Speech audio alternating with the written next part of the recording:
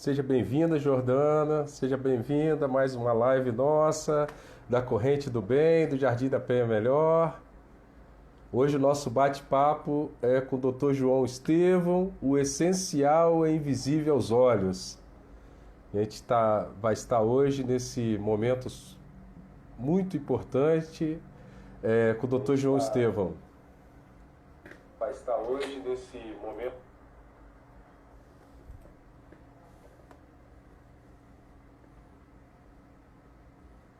Seja bem-vinda, Ângela.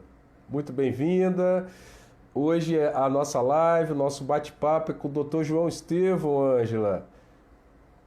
Isso, a gente vai falar aí de acessibilidade, vai falar que o essencial é invisível aos olhos.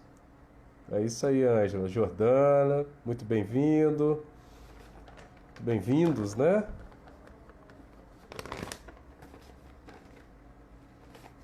Dr. João Estevão está entrando aí. Vou adicionar o senhor, tá, Dr. João Estevão? Minutinho.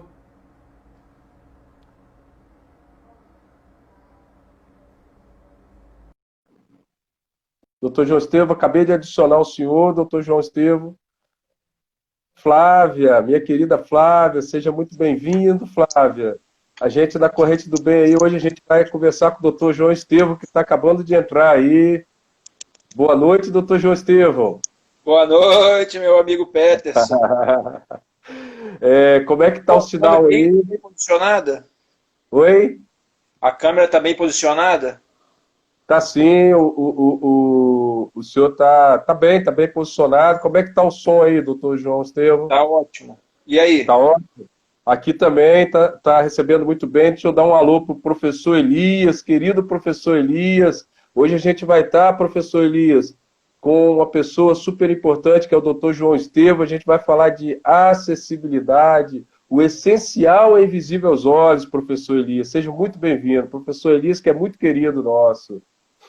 João, a gente tá esperando o pessoal entrar, tá? Então vamos dar as boas-vindas, Elê. Muito bem-vinda, Elê, querida amiga Elê. Hoje a gente vai estar conversando, o doutor João Estevão já está aí com a gente. A Ângela, tá, doutor João Estevão? Está dando boa noite para mim e para o senhor. Do Ministério Público, exatamente. Legal. Exatamente, eu sou lá do Tribunal de Contas, né? Então é tudo muito conectado, né?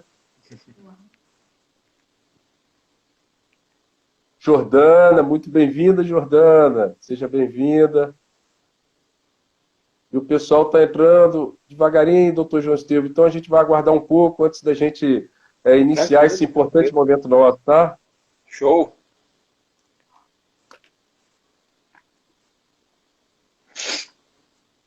Hoje. Hein, Peterson?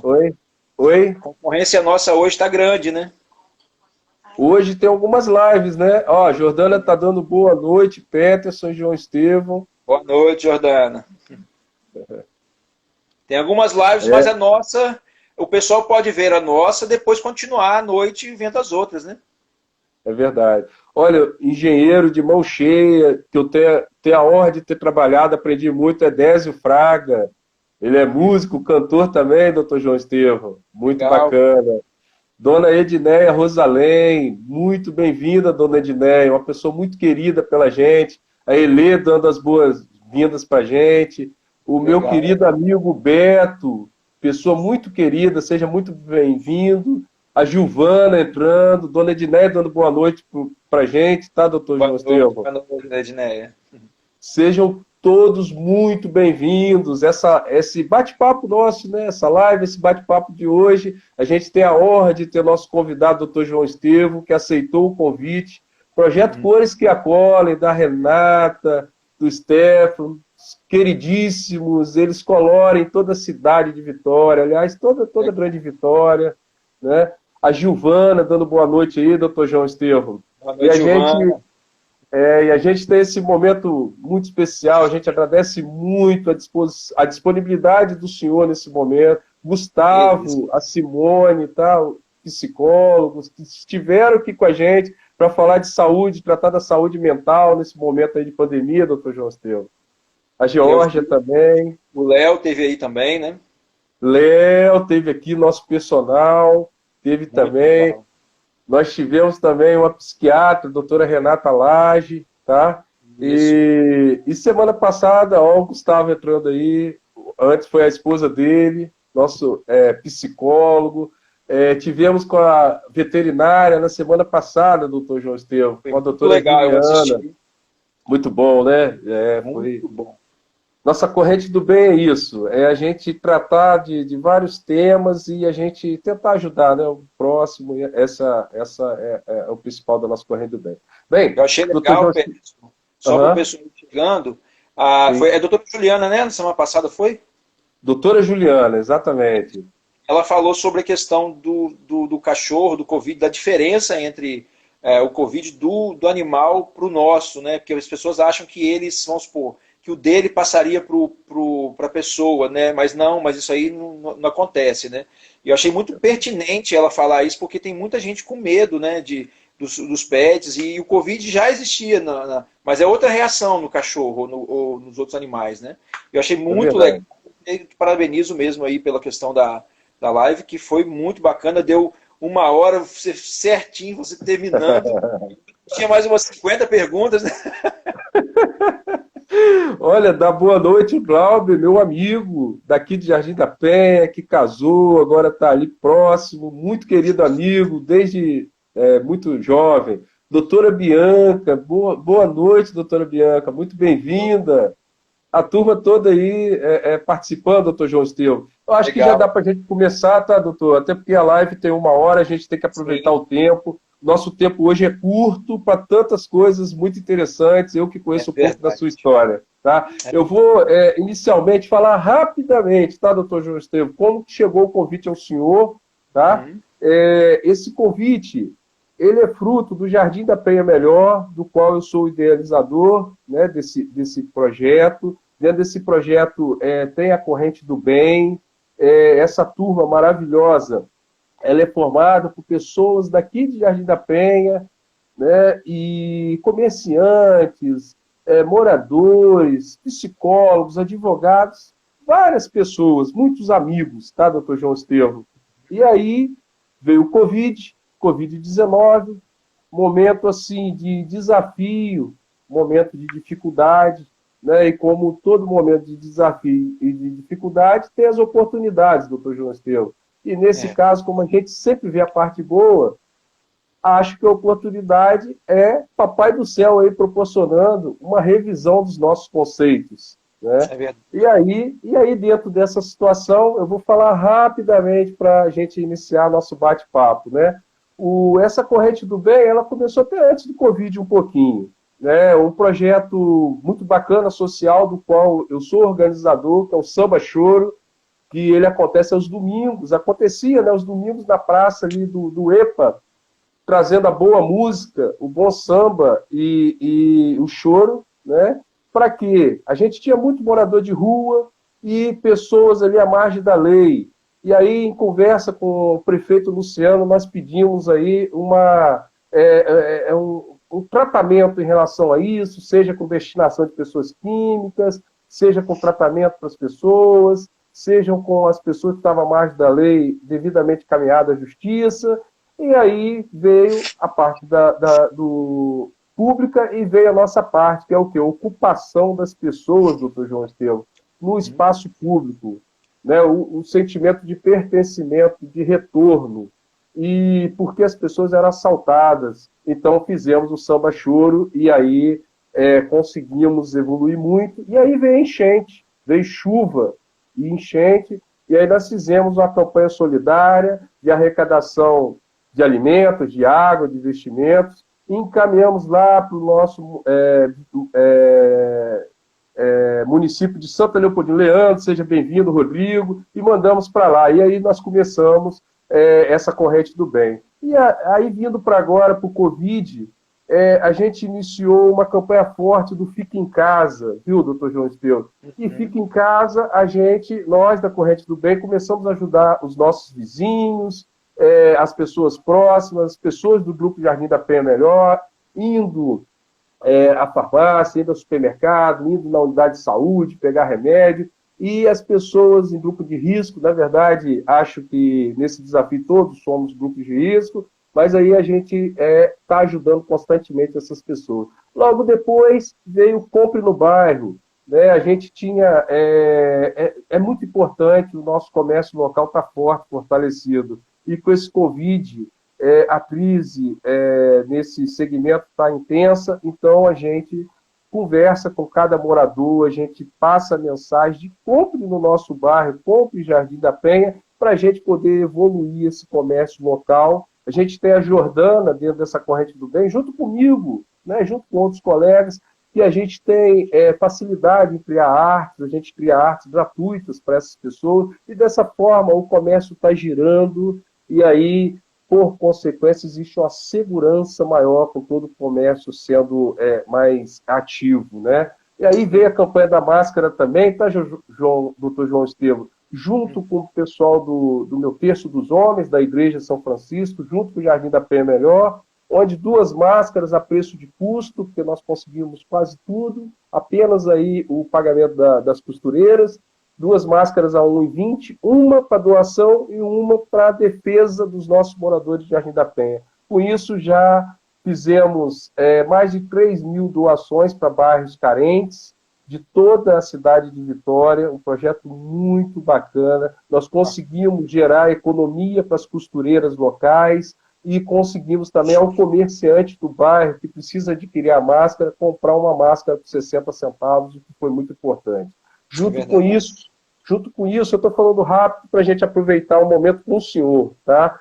Junto com isso, a ajuda jurídica, ajuda com a saúde mental, a saúde física, que aí foi o que nós conversamos. Nós tivemos aqui a live com o doutor Léo, personal, nós tivemos a live com a doutora Renata Lage, psiquiatra, com o doutor Gustavo, psicólogo, e com a veterinária doutora Juliana, né, para falar dos cuidados com os pets. E aí, doutor João Estevam, tudo isso se converge numa palavrinha que eu sempre falo, empatia, doutor João Estevam, empatia. Se colocar no lugar do próximo. E empatia tem tudo a ver com essa causa fantástica, que o senhor, para mim, é uma referência. Eu que sou membro do COMPED, né, do Conselho de Pessoas com Deficiência, eu que sou gestor da Prefeitura de Vitória em Calçada Cidadã, né, a gente que tem muito envolvimento com essa causa e tem o prazer de conhecer o senhor, o senhor participa com a gente, né, nesse desenvolvimento da cidade, né, principalmente assim, nas barreiras, no caso nosso, as físicas, mas a gente trata muito das barreiras atitudinais, né, doutor João Estevam? Verdade. E aí eu quero passar para o senhor, antes, falar um pouco desse belíssimo currículo desse jovem, que é o senhor, doutor João Estevam Silveira Filho. Ele é pós-graduado em Direito Civil, ele é pós-graduado em Gestão do Terceiro Setor, ele é assessor e instrutor no Tribunal de Contas no Espírito Santo, ele é professor do curso de extensão, graduação e pós-graduação desde 2005, ele é coordenador da Inclusiva Acessibilidade e ele é conferencista. O cara é camisa 10 e ele é meu amigo ainda, eu tenho a honra de tê-lo como amigo. Por favor, dê uma boa noite aí para a galera, por favor, doutor João. Tem algumas perguntas aqui, depois do seu boa noite, na sua mensagem, a gente inicia. Obrigado. Joia.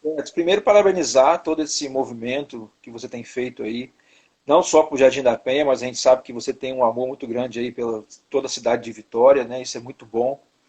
Com o seu trabalho com as calçadas, tem feito uma diferença enorme para nós, pessoas com deficiência. Eu tenho baixa visão e depois a gente vai falar um pouquinho mais sobre isso, mas esse trabalho de trazer para as pessoas a informação, trazer para o comércio local o consumo, né, para promover aí a questão da economia, as pessoas que estão passando tanta dificuldade, né, aí nos seus negócios, isso é muito bom, tá? Todas as lives que você está promovendo, está sendo muito bacana, muito bonito o seu trabalho. Parabéns mesmo, Peterson. Obrigado. E boa noite a todos e vamos conversando. Bem, isso de hoje eu nem considero. Ah, a Jordana falando que o senhor foi professor dela, tá? Aí, ó. Tá certo? Olha que bacana. A Bel, seja bem-vindo, Bel, querida Bel, junto com o Rogério, o marido, né? Hoje eu considero que nem seja uma live, tem perguntas, é claro, mas é um bate-papo. Então eu vou começar com a primeira, tá, doutor João Estevam? É, a gente tem uma pergunta aqui que é a seguinte, doutor.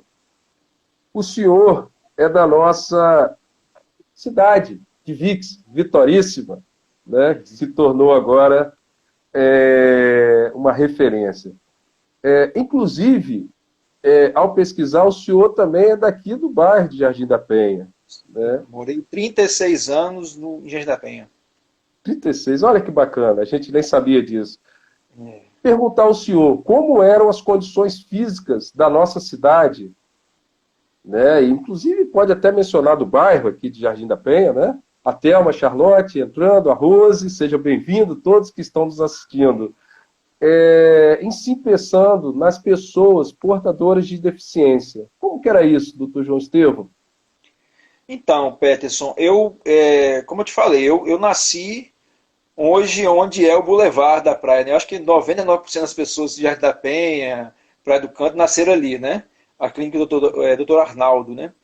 E aí Uhum. meus pais já moravam em Jardim da Penha, e eu fiquei 36 anos no bairro, vi o bairro desenvolver, né?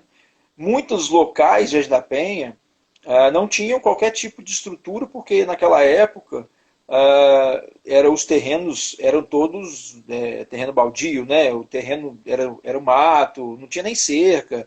Na época que eu morei em Jardim da Penha, eu me lembro desses prédios de conjunto que nós temos aí com nome de países, de estados, né? Minas Gerais, São Paulo, Rio Grande do Sul, eles não tinham nem grade entre eles. Então o acesso era facilitado, as pessoas andavam, caminhavam entre os prédios, e muitas castanheiras, né? E a castanheira ela tem uma característica interessante, é uma belíssima árvore, faz uma sombra muito bonita, mas ela acaba com a calçada, né? E eu lembro, até hoje estou falando, já dando destaque nessa questão das calçadas, porque eu lembro que as calçadas eram muito ruins. Não porque os prefeitos da época eles não usavam produto, mas não tinha a questão da acessibilidade não era tratada dessa forma. Nós Tinha essa podemos concepção, dizer, né? não tinha um tratamento, não estava em evidência como está nos últimos 10 anos. Então, o observar dos gestores, o olhar deles não estava para isso. Então, nós não podemos dizer, eu acho que não tem nem como comparar Jardim da Penha há 20, 30 anos atrás, porque não tinha acessibilidade. Que, na verdade, não existia praticamente não existia esse conceito de acessibilidade dentro das nossas normas. Existe o direito de ir e vir, mas não tinha essa questão dessa preocupação. Então, mas Jardim da Penha sempre foi um bairro, como um bairro, todo bairro projetado, muito bem projetado, né, com as linhas, né, com as praças dividindo ruas em transversal e etc. Foi um bairro, um bairro muito interessante para esse tipo de trabalho, que foi sendo feito durante o tempo. Ele foi sendo habitado, muitos locais que não tinha nem calçada, porque realmente o terreno ocupava, né, o mato ocupava a calçada inteira. Eles foram sendo habitados e foram sendo construídos prédios e edificações, mesmo assim com pouca acessibilidade. Nós temos aí um exemplo interessante, que são essas casas, né, essas 106 casas que ficam aí no meio do bairro. As pessoas não sabem, às vezes, Peterson, a história do Clube 106, que o Clube 106 ele foi feito por causa dessas casinhas que ficam aí perto do conjunto dos bancários. Eu acho que a dona Edneia mora nessas casas, não é isso? Isso, a dona Edneia mora ali, numa das casas. Isso aí. E, então, ela é aquelas 106 casas, que o Clube 106 é por causa daquelas casas. Se você observar um tempo atrás as calçadas, elas tinham um degrau, uma para outra tinha muito degrau, né? Um desnível e tal. Mas por quê? Porque não existia esse conceito. o bairro foi desenvolvendo e a coisa foi melhorando, né? Isso aí é notável. Então, eu acho que Jardim da Penha, nós não podemos nem julgar de forma assim tão criteriosa que era um bairro sem acessibilidade totalmente. Mas nos últimos 10, 15 anos, sim. Aí você já com a legislação em vigor, uma legislação séria, uma convenção da ONU, hoje você pode sim falar que o Jardim da Penha ele tem sim acessibilidade em uma grande quantidade de suas calçadas, de suas estruturas. Lógico, todo bairro precisa sempre estar melhorando, desenvolvendo, né? Mas aí sim, aí nós podemos dizer que há sim uma evolução, entende? Sim, sim. E não só Jardim da Penha, né? Isso acompanha toda a nossa cidade de Vitória, né? A cidade Sim, tem até sim, sim. alguns lugares de relevo, né? Que são bem São mais desafios. desafiadores ainda, né? É verdade, é Ângela, verdade. seja bem-vinda, Célio também. Entendi. Doutor João Estevam, a segunda pergunta que nós temos aqui,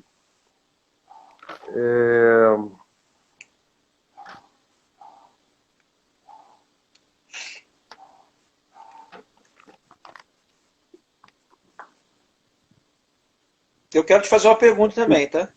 tá? Eu quero te fazer uma pergunta minha essa, né? O senhor é uma pessoa com deficiência visual, baixa Sim. visão, mas não nasceu com essa deficiência. Isso. Conta para nós, doutor João Estevam, um pouco dessa sua história.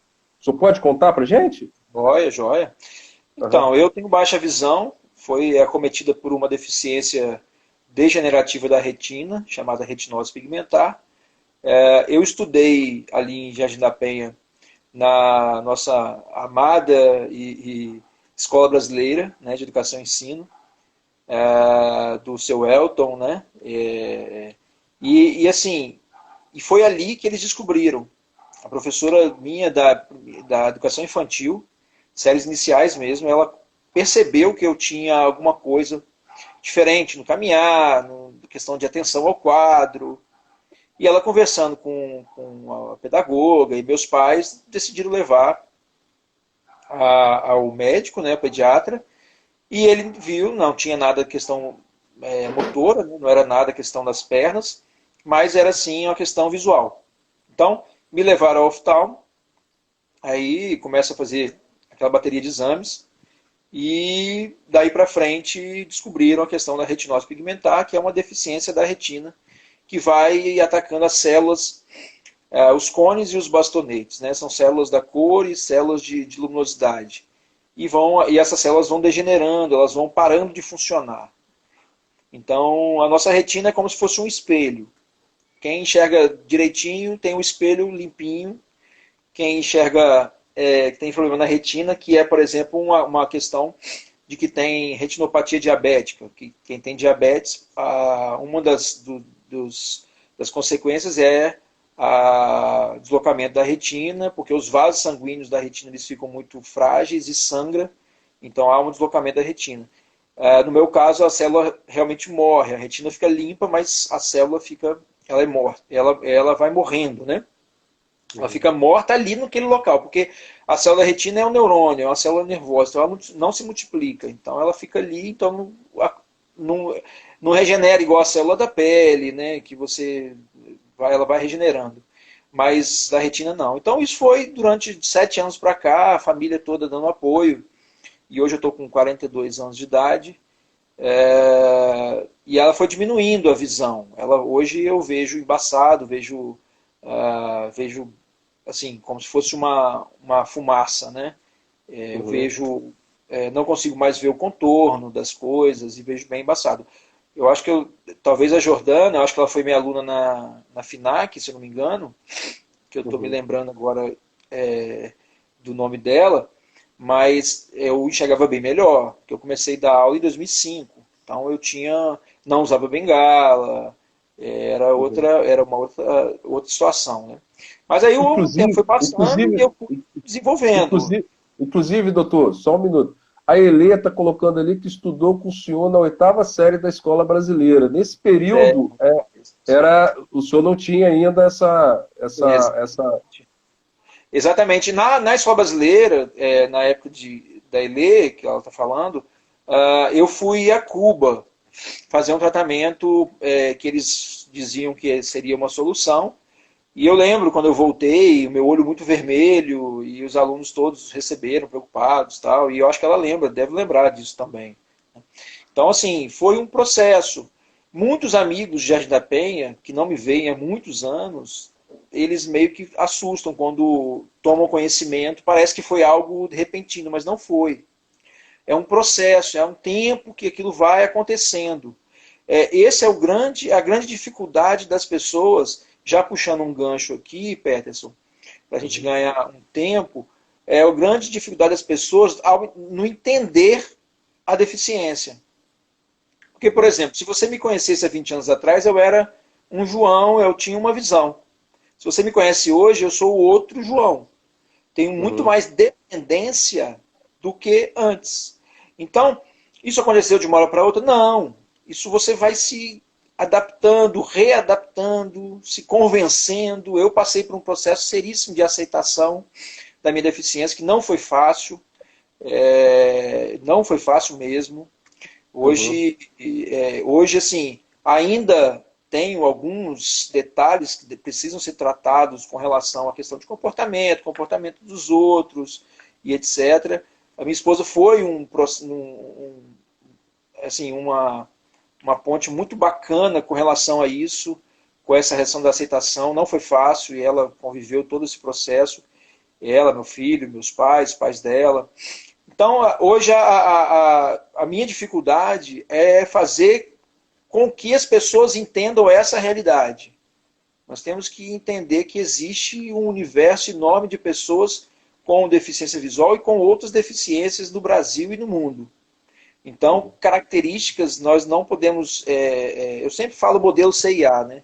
O modelo CIA é a mulher magra, manequim 36, 38 no máximo, 38 já está gordinha, né? Porque manequim CIA, você vai comprar roupa na CIA, desculpa o nome da loja, tá, Petros? Mas você vai comprar essas lojas de departamento americanas, são tudo manequim fininho. Então, eles esquecem que brasileira tem todos os jeitos e corpo, né? Diferentes, né? Então, assim, esse manequim, essa beleza que é essa... Né, a pessoa que esportista, ela anda, ela fala, ela corre, ela enxerga. Infelizmente, não somos todos assim. Né? Então, essa é a maior dificuldade. As pessoas entenderem que, opa, o Peterson ele enxerga, ele anda, mas não é possível. Será que o Peterson não tem nenhum probleminha que ele pode dizer dele? Né? Assim, pode dizer que é meu? Sempre temos alguma coisa. E é isso que nós temos que respeitar. Às vezes a pessoa não tem deficiência nenhuma, está passando por um processo de depressão. E aí aí ela vem e você vê ela mal-humorada ou calada e você já vai julgar. Olha aquela pessoa ali antipática, passou por mim e não falou nada. Então o pré-julgamento ele é muito difícil. E eu passei por esse processo e ainda passo. Tá? As pessoas ainda julgam, as pessoas ainda se afastam por uma questão de pré-julgamento. Mas formei em Direito...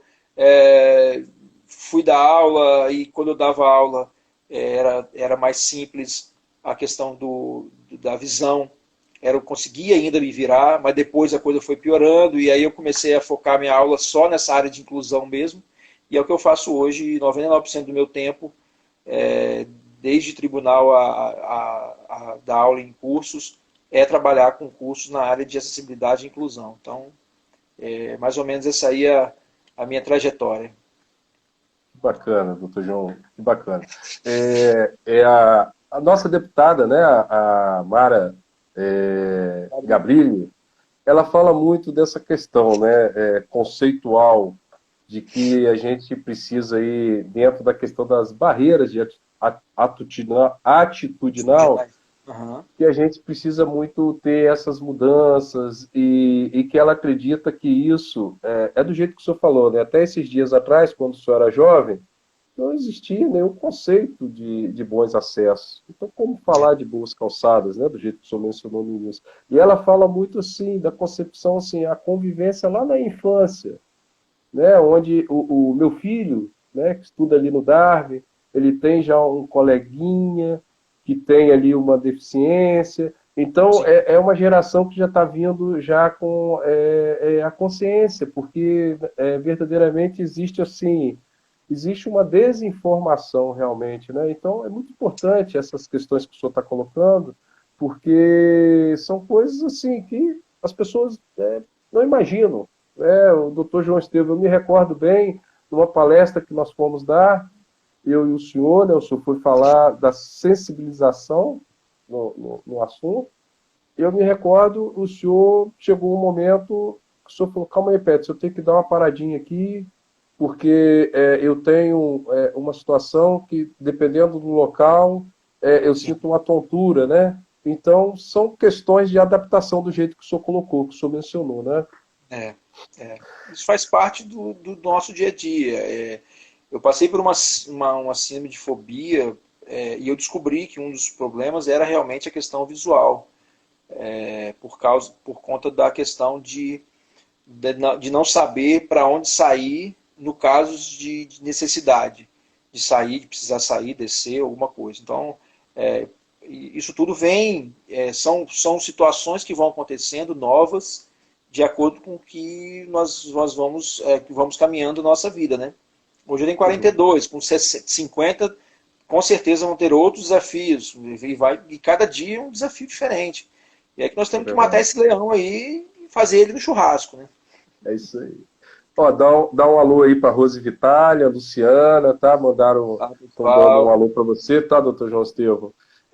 Eu vou uma pergunta aqui que chegou para gente, doutor.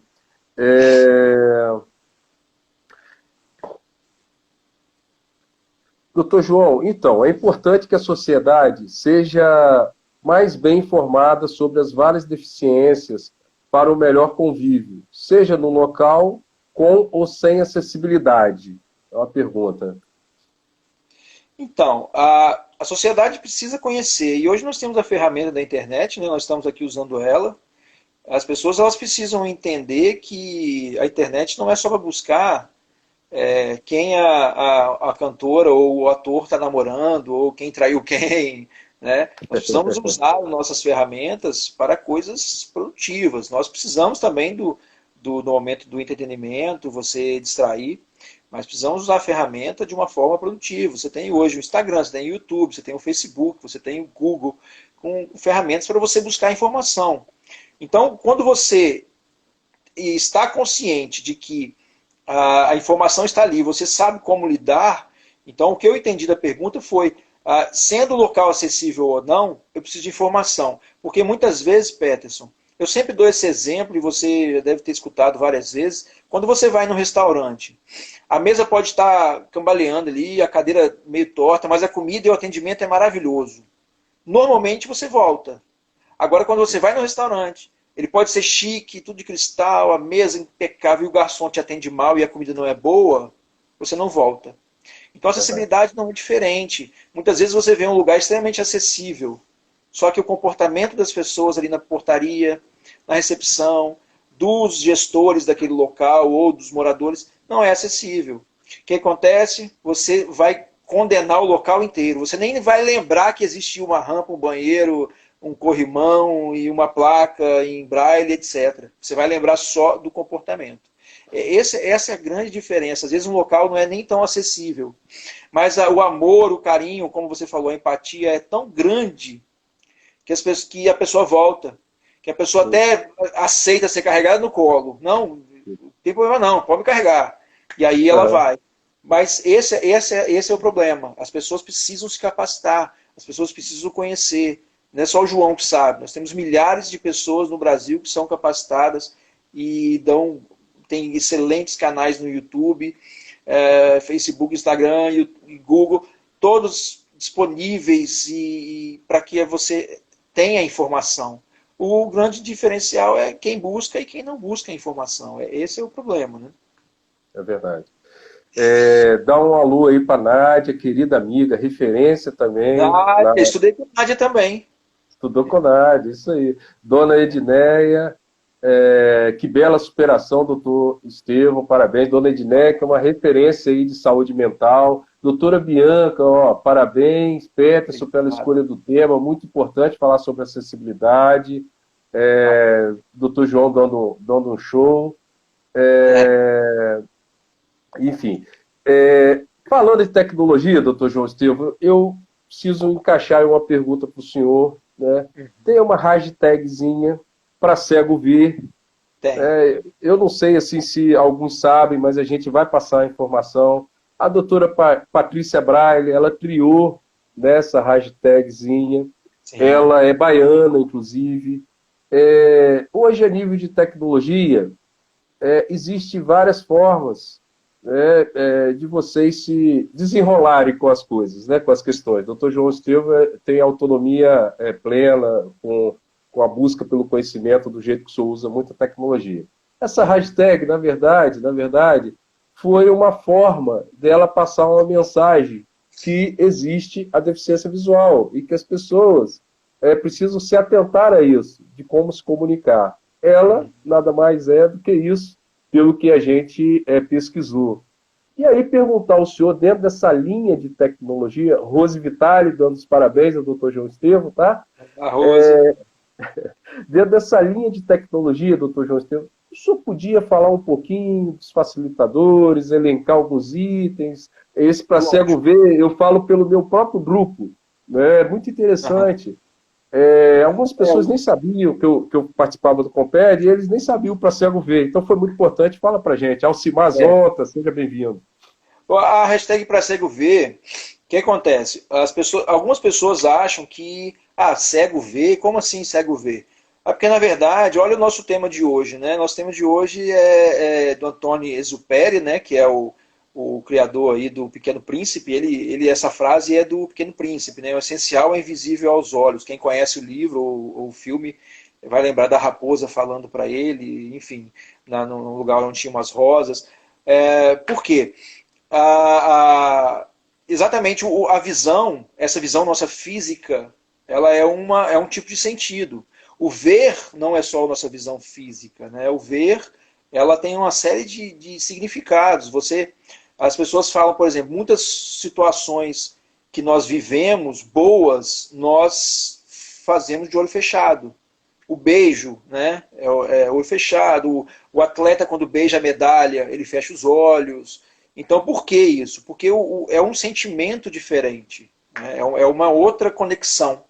Então, a hashtag para cego ver, ela foi uma referência, hoje é a mais usada, para descrever imagens e vídeos ou situações, banners, que não têm uma acessibilidade plena.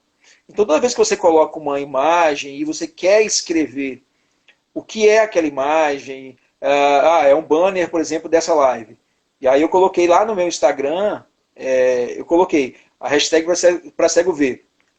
Tudo junto, né? Aí ela já marca. Aí você coloca banner da live escrito tema tal, essencial e visível aos olhos, ou Peterson Pimentel, convidado João Estevão, ou acontecerá no dia tal. Então você identifica para a pessoa o que está escrito ali.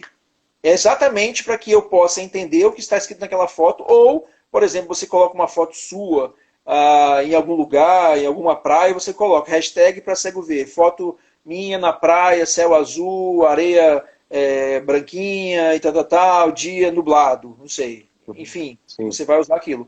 Hoje, você tem uma série de mecanismos de acessibilidade, principalmente na tecnologia. Hoje os celulares já possuem remotamente acessibilidade, leitores de tela, os computadores estão bem adaptados. O grande problema é que as pessoas precisam entender e usar. Você tem, Uhum. por exemplo, hoje no celular, no Instagram, uma plataforma extremamente acessível. Só que ela precisa ser usada por quem não tem deficiência. Que se você publica uma foto e não coloca uma descrição oculta, que nós, né, lógico, depois a gente pode explicar um pouco mais em outra oportunidade, Sim. eu não vou saber nunca que foto é aquela. Aí a pessoa só coloca a foto, não descreve, não fala nada e eu não vou ter acesso. Então o Instagram é extremamente acessível, mas as pessoas sem deficiência visual, elas precisam fazer o uso das ferramentas. Então elas precisam conhecer essas ferramentas. Aí elas vão tornar o Instagram dela muito mais interessantes. Você tem, por exemplo, o WhatsApp. O WhatsApp eu sempre dou exemplo de que é uma das ferramentas mais acessíveis que nós temos hoje. Porque se você não enxerga, você manda áudio ou você manda texto que o próprio celular lê.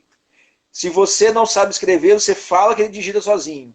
Se você não escuta, você manda vídeo em Libras. Olha que ferramenta maravilhosa de comunicação. Então, hoje, quase 100% das pessoas com deficiência, com certeza usam o WhatsApp como forma de comunicação. Porque ele é realmente acessível e ele abrange todas essas pessoas. E às vezes a gente acha, quantas pessoas usam, né? Estamos vendo aí, usam o WhatsApp e nem pensaram nisso. E às vezes pensar, poxa, mas para que eu falo? Ele digita, ou, enfim, acho que é brincadeira mandar a voz, ou vou mandar um videozinho aqui. Olha como é importante o vídeo, por exemplo, para um surdo se comunicar com o outro, em Libras. Né? Ele fazendo, a pessoa filmando, ou o texto, eles leem, né? Mas nós temos que lembrar também, Pedro, que nós temos, muitos surdos não são totalmente alfabetizados em português, porque a primeira língua deles é Libras. Então eles falam Libras, eles comunicam em Libras, e muitas vezes você recebe uma mensagem, eu recebo muita mensagem de surdos, eles não têm as preposições, posso estar falando alguma coisa aqui que talvez não seja exato na questão da sistemática da Libras, mas é muito mais simples a forma dele se colocar no português. Né? Porque não eu vou na casa de vovó, aí eles colocam, eu vou casa vovó, cada um tem um símbolo e está resolvido. Né? Então, assim, o WhatsApp trouxe essa independência. E nós temos várias outras formas aí de tecnologia. Não podemos esquecer do nosso amigo Braille, que mesmo com todas essas tecnologias aí de celular que fala, o relógio que fala, eu tenho relógio que fala, celular que fala, computador que fala, a minha esposa fala, meu Deus, é muita gente falando no meu ouvido, eu tenho que botar fone e tudo. Porque realmente, para quem não está acostumado, é muita coisa falando ao mesmo tempo, mas para o João é essencial. Então você tem aí uma série de coisas, mas o Braille ele nunca vai cair em desuso. Porque a legislação brasileira, no quesito acessibilidade para deficiente visual, o Braille é em primeiro lugar. Não é botar áudio, é colocar placa em Braille, mapa tátil em Braille, fazer livros em Braille, apostilas em Braille, entendeu? Então, assim, um dia, não sei quando, né, talvez não estejamos aqui mais, talvez ele vá diminuindo por conta da tecnologia, do sistema de voz e tudo que está acontecendo aí no mundo. Mas eu acredito que tão cedo ele vai acabar, porque quando você depende de tecnologia, celular, computador, você depende de energia. Eu sempre falo, você está num ponto de ônibus, seu celular não está funcionando, e você não tem no ponto de ônibus uma placa que mostra os números em braille com as linhas, como é que você vai fazer para pegar o ônibus? Né? Então, a tecnologia está muito avançada, mas não podemos esquecer dessas nossas raízes aí, que uma delas é o Braille, para a nossa independência. Sim, sim, bacana, doutor. Tantas perguntas aqui, eu estou aqui tentando fazer o melhor possível, porque o tempo é curto, mas vou te perguntar uma coisa, que eu estou aqui com um folderzinho, que o senhor mesmo me deu, né, e eu guardei isso aqui. Não sei se as pessoas vão conseguir ver, ó. Cidade mais acessível. Cidade mais acessível, ele é azulzinho. Você Rapaz, fez com... guardou mesmo. Guardei, claro. Foram muitos momentos muito importantes com o senhor, de muito aprendizado. Então, o senhor lá no Tribunal de Contas faz seu papel lá de forma fantástica, né? Porque atrás de toda essa conversa tem uma legislação também. Mas o senhor pode falar um pouquinho dessa Cidade Mais Acessível, doutor João Estevão? Posso. Então, Cidade Mais Acessível ele foi um projeto iniciado ali em 2016, 2015, no Tribunal de Contas. Inclusive, não sei se a Ângela está aí, do Ministério Público ainda, mas nós trabalhamos juntos aí com o Ministério Público na época que existia uma comissão de acessibilidade. Tá, sim, inclusive, doutor, perdoe, tá? Mas a Lília, minha amiga Lília, também é funcionária, hoje ela é secretária de esporte lá de Cachoeiro de Itapemirim, está com a gente, a Aline, prazer, muito bacana estar Legal. acompanhando a nossa live. Vamos lá, Legal. desculpa, doutor Josteu, pela Não, interrupção. sejam bem-vindos todos. Sempre que precisar, você pode falar, porque aí você tá. Eu não consigo ler quem está aí, né? Então, Estou ajudando. me ajuda aí, né? Mas o Cidade Mais Acessível ele foi um projeto que era para a criação, fomentar a criação de comissões de acessibilidade em órgãos públicos. E nós conseguimos aí, na época, 12 comissões em órgãos públicos interessantes em Vitória, que a Câmara de Vitória, o Ministério Público, o Tribunal de Justiça, Câmara de Anchieta, deixa eu ver se eu consigo lembrar, Vila Velha, nós tivemos um trabalho bacana lá também. Enfim, vários municípios, eu rodei muito o estado e levei esse projeto também para outros estados, outros tribunais de contas. E é um projeto que é para fomentar comissões. Por quê? Para você conseguir fazer algo dentro de um órgão público ou de uma empresa, o que for, né, uma instituição pública ou privada, você precisa botar uma raiz ali, criar uma raiz de pessoas comprometidas com aquilo. Então, o Cidade Mais Acessível foi exatamente para isso, para que a gente conseguisse que essas pessoas... O Detran foi uma referência muito bacana, estou lembrando aqui agora dos órgãos. O Detran também. Para que as pessoas elas sentem, pensem em projetos de acessibilidade e comecem a executar ou fomentar a execução dos outros departamentos. E aí assim foi, dentro do Tribunal de Contas também. Eu presidi lá a Comissão de Acessibilidade até antes da pandemia, porque agora com essa pandemia as coisas mudaram, né? Enfim, nós estamos fazendo um trabalho diferenciado agora, mas nós conseguimos fomentar muitas palestras, muitos treinamentos no interior e outros estados. Eu fui a São Paulo, no Tribunal de Contas de São Paulo, conseguimos instituir uma comissão lá, comissão em Tribunal de Contas de Minas Gerais. No Rio Grande do Sul nós conversamos, no Paraná, enfim, uma série na Bahia, uma comissão de referência na Bahia, feita de auditores lá do Tribunal de Contas do Estado da Bahia, que hoje é um dos poucos tribunais de contas do Brasil que fiscalizam a acessibilidade nas suas auditorias, e já fui várias vezes em Salvador treinamento para eles, e é muita alegria. Eu falo que a semente nós plantamos lá. Enfim, esse projeto ele rodou muito e deixamos bons frutos. E lógico, como todo projeto tem início, meio e fim. Ele não as comissões que aconteceram nas prefeituras, câmaras, as que continuaram, a Câmara de Vitória, por exemplo, continuou e criou-se ali a Frente Parlamentar de Acessibilidade, que Eu é faço parte dela, doutor. Então, exatamente, eu sei disso, e é um trabalho bem legal, que eu tenho certeza que tem sempre a crescer, né, com novas ideias, novas pessoas, e a coisa vai fluindo.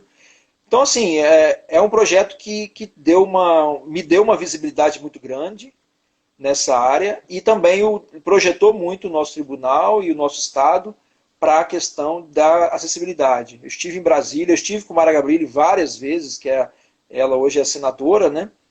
E tem uma história muito bonita, que ela era manequim, ela era modelo de passarela, né, Mara? E ela sofreu um acidente de carro e ficou tetraplégica, só mexe do pescoço para cima. E eu estive com ela várias vezes, dando palestra, dividimos aí a bancada, e é uma pessoa que tem uma história bacana e uma luta muito bonita com relação à acessibilidade. Então, conversamos sobre esse projeto também, e São Paulo já está um lugar muito evoluído com relação a isso.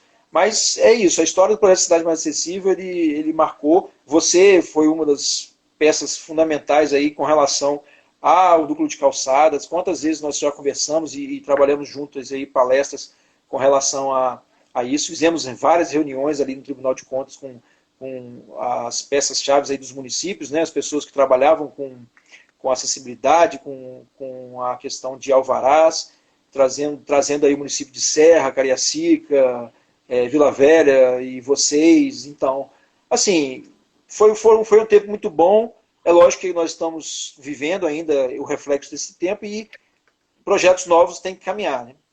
Sim, sim. Doutor, o senhor é camisa 10, eu sempre falo isso para o senhor pelo conhecimento que o senhor tem, tá? Então, a gente faz paralelo de camisa 10 porque é super importante tudo aí que o senhor tanto avança nessa causa, né? A Marli dando boa noite para o senhor. tá? Boa Doutora noite. Bianca aí, dando os parabéns. Perguntar ao senhor, tá? A gente já falou um pouco aí da questão da tecnologia, né? Super importante. Até antes, tem uma pergunta aqui que é muito ligada ao senhor no seu dia a dia, mas antes disso, vou falar um pouquinho da evolução, até para as pessoas saberem da parte aí nossa, né? A gente ajudou muito no Comped, com a questão dos brinquedos acessíveis para toda a cidade de Vitória. Hoje, a nossa Vitoríssima, como fala o prefeito Luciano, se tornou, inclusive, metrópole, é considerada uma metrópole. Então, dentro desse campo de acessibilidade, a gente evoluiu muito. Nós temos brinquedos acessíveis na cidade quase como um todo, logo virar para Jardim da Penha, que é uma coisa que a gente está batalhando, e logo virar para cá. O porta a porta é uma coisa aí que evoluiu bastante, e eu, dentro do meu, digamos assim, quadrado, né, a gente trata, como o senhor mencionou, da gerência de calçada cidadã. A gente hoje tem muita satisfação em falar que já estivemos em lugares como Brasília, que é uma cidade feita, foi projetada para carros, não para pessoas, então a gente está ajudando lá no estudo para 20 anos, para Brasília se tornar mais prazerosa para as pessoas através das calçadas cidadãs. E aí a gente tem uma coisa muito bacana, que desde o início desse projeto, Calçada Cidadã, a gente queria muito evoluir nas calçadas públicas municipais, a prefeitura dando exemplo, porque calçada cidadã, a responsabilidade é do particular, nos seus imóveis particulares. E aí hoje a gente está em curso, doutor João Estevam, o senhor ajudou lá no início, eu não sei se o senhor sabe como está, mas hoje as 104 calçadas do município de Vitória estão sendo feitas, das calçadas públicas municipais. A gente já tem aí das 104, a gente tem 70% pronta, e aí a gente vai tornar a primeira cidade do Brasil, a primeira capital do Brasil, referência em calçada cidadã, com todas as calçadas realizadas. E isso só foi possível, doutor, graças muito ao senhor, ao Rogério, aos amigos do Comped, porque calçada não é concreto, né? Calçada é muito mais, calçada é o lugar onde as pessoas ali batem um papo, por onde transitam no dia a dia, é onde valoriza o bairro, a calçada é para todos, é a mobilidade reduzida, que somos todos nós, né? Não só para o idoso, no cadeirante, para o gestante, é para o obeso, enfim, são para todos. E nesse sentido, até dando como exemplo Jardim da Penha, já que o senhor mencionou, né, que morou aqui, eu só moro aqui há 24 anos, o senhor morou há mais de 30, né? A calçada do IBC é um exemplo muito bacana, IBC e Conab. Há muito que aquela calçada, que é do órgão federal, né, nós conseguimos que se fizesse aquela calçada, as árvores ali, elas tomavam conta da calçada, e aí quando foram fazer, né, as pessoas sempre andando na rua, né, inclusive o Cores que Acolhem fez aquele muro lindíssimo ali, retratando a história do nosso bairro. A gente teve a felicidade de poder fazer um projeto arquitetônico ali, através da nossa arquitetura, né, do setor de gerência, e nós alargamos aquela calçada, doutor João Estevam, e fizemos uma calçada verde também, sustentável com a questão do gotejamento, caindo água ali, né, para a questão do verde. E aí hoje as pessoas, aquilo ali ficou tão prazeroso. Eu costumo falar que aquilo é um exemplo de como é importante a calçada, muito além do concreto. E aí, o senhor, eu quero agradecer aqui, porque tantas pessoas nos vendo, o senhor foi fundamental, porque a gente sabia que falar de calçada para a pessoa só fazer sua calçada era muito pouco. E o seu conhecimento entrou falando da importância da acessibilidade, da importância dos bons acessos. E aí eu quero pedir uma coisa ao senhor. Vamos avançar naquele nosso projeto de convergir as calçadas com uma única legislação entre os municípios da Grande Vitória. E queria que o senhor falasse um pouco sobre isso que nós iniciamos e para a gente avançar nisso. Fala um pouquinho Isso disso aí, doutor. isso é muito importante, Peterson. E assim, porque a lei de calçada ela é municipal, como você falou. E os Uhum, municípios, eles não têm um acordo, uma padronização. Você sai do município de Vitória para a Serra, que é continental, né? Você sai de um bairro para o outro, a calçada muda de um bairro, de um lugar para outro, o município acaba, começa outro, e já muda tudo. Diferente, por exemplo, de Vitória Vila Velha, que não tem um acesso por terra, né? Mas Vila Velha, por exemplo, Cariacica tem. E então, assim, você tem uma série de problemas quando você não padroniza, porque as pessoas elas não conhecem a calçada, elas não sabem para que serve aquele ladrilho que fica na beirada da calçada, que é o piso tátil de alerta, ou a área de a faixa de serviço, né? Eles acham que aquilo ali uma decoração, eles acham, as pessoas acham que aquilo ali, nós temos que andar em cima daquilo ali, mas não é, aquilo ali é só para avisar quando está acabando a calçada, quando está chegando uma árvore.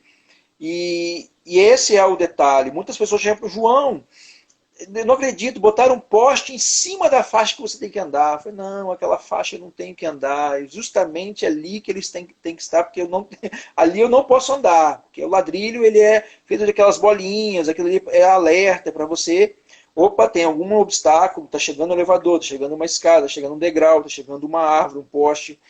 Essa padronização, essa forma de você construir uma calçada, ela é muito importante porque se eu saio de um bairro, de um município e vou para outro, eu preciso ter a mesma referência.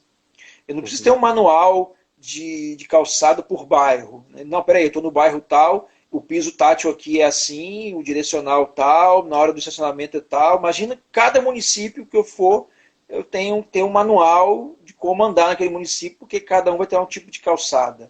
Então essa padronização que você falou é muito importante, eu acho que ela tem que seguir. Né?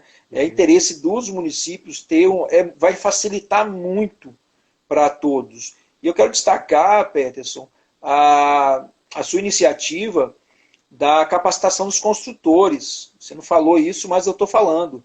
Porque quando eu fui dar palestra, quando você me chamou para dar as palestras, você com essa iniciativa belíssima de capacitar os construtores. Porque a grande maioria deles, eu lembro que eu mostrava o piso e eles sempre falavam, isso é ladrilho hidráulico, ladrilho hidráulico. Eu falei, pois é, mas não é só ladrilho hidráulico, ele é um ladrilho feito para isso, isso, isso. E eles ficavam, e exatamente esse era o meu objetivo, sensibilizá-los, e eles saíam dali já com uma visão diferente do que seria uma calçada cidadã, que não era só colocar ali o ladrilho, colocar o cimento, colocar, né, as placas e pronto, acabou. Mas para que serviria aquilo ali? Eu acho que era uma iniciativa e eu acho que tem que continuar, tá, Peterson? Porque os construtores não é que eles tenham mal vontade na questão da construção. Eles precisam saber o para que construir. E como você bem disse, a acessibilidade é para mobilidade reduzida. É para quem é cadeirante, é para um idoso, é para quem tem bebê de colo, quem tem a mãe que está com carrinho de bebê, uma senhora que vai no supermercado com carrinho de feira. Então você tem uma série de problemas. Você falou do IBC, o IBC ele dá a Rua da Feira praticamente é o IBC, né? O IBC ele pega da Rua da Feira ali de Jardim da Penha fora. Então, se você não faz um trabalho bem feito, ele se torna totalmente contrário para que ele veio ao mundo, né? Então, por exemplo, se for calçada, mas eu vou usar o conceito de calçada cidadã, eu vou colocar do jeito que tem que ser, qualquer jeito, e vou fazer de qualquer... E ela não vai ter a eficiência necessária. E aí, quando você faz uma calçada correta, bem feita, e o construtor sabe o que está fazendo, você facilita para muitas pessoas. A Jardim da Penha tem uma característica muito interessante, que existem muitos idosos em Jardim da Penha. Então, quantas vezes você está na rua, elas passam com aquele carrinho de feira, né? Aquele carrinho, e eles andando na calçada, e às vezes tinha que sair da calçada para, igual você falou, tinha que ir para a rua, porque a calçada era cheia de raiz, né? Enfim. Doutor, só um minuto, só um pouquinho. Só tem 15 segundos, eu vou, infelizmente, ter que finalizar. Calma aí. Não, calma. O Ricardo Quiabá, lá em Calçada Legal, em Vila Velha, a turma aí assistindo, muito obrigado. Doutor Josteu, muito obrigado. Boa noite para todos que estão assistindo.